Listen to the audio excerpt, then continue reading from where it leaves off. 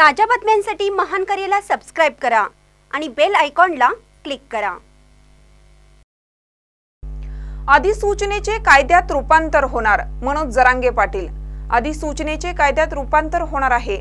विरोधकांना हरकती घेऊ द्या, आपण सकारात्मक बाजू सांगावी, विरोध करणाऱ्यांना शांततेत उत्तर द्या। मराठ्यांसाठी कायदा फायदेशीर हे सोशल मीडियावरही सांगा। कायदा करण्यासाठी अधिसूचना गरजेची आहे। मला माझा समाज महत्त्वाचा आहे, कुठलाही नेता महत्त्वाचा नाही। काही लोक मराठा समाजाचे आंदोलन मुद्दाम चिघळण्याचा प्रयत्न करत आहेत।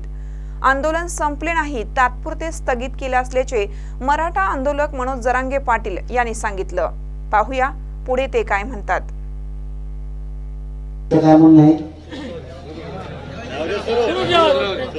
सगळ्यांचं मत पाहिजे, कारण समाजाच्या कल्याणासाठी एवढं रक्त सांडले आपण।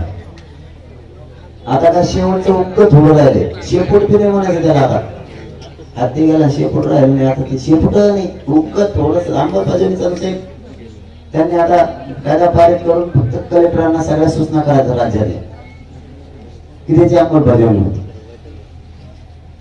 आणखी कोणाचं काही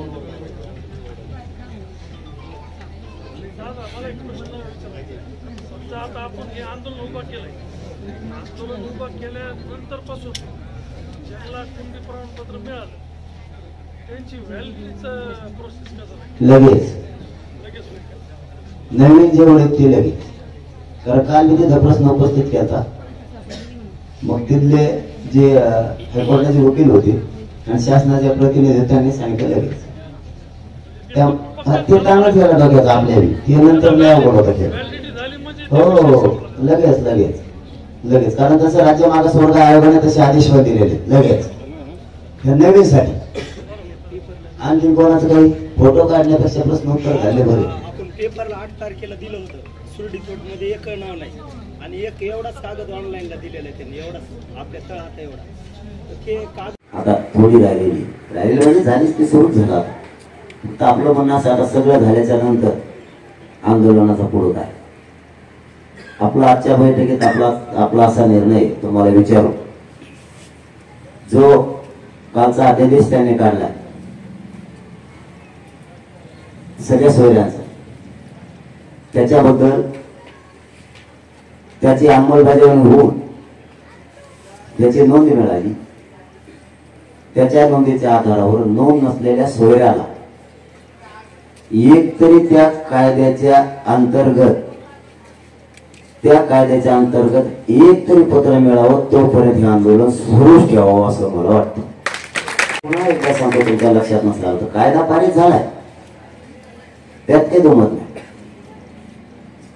पण हे आंदोलन आपण म्हणजे आपली समाजाची आपली फसवणूक होऊ नये किंवा सरकारने आपली पुन्हा फसवणूक करू नये। सरकार महत्वाचा नाही, आपल्याला आपला समाज महत्वाचा आहे।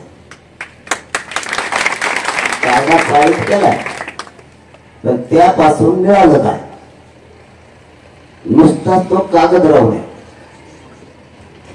सगळे सोयऱ्यांचा कायदा झाला पण फायदाच नाही झाला, त्याचा उपयोग काय?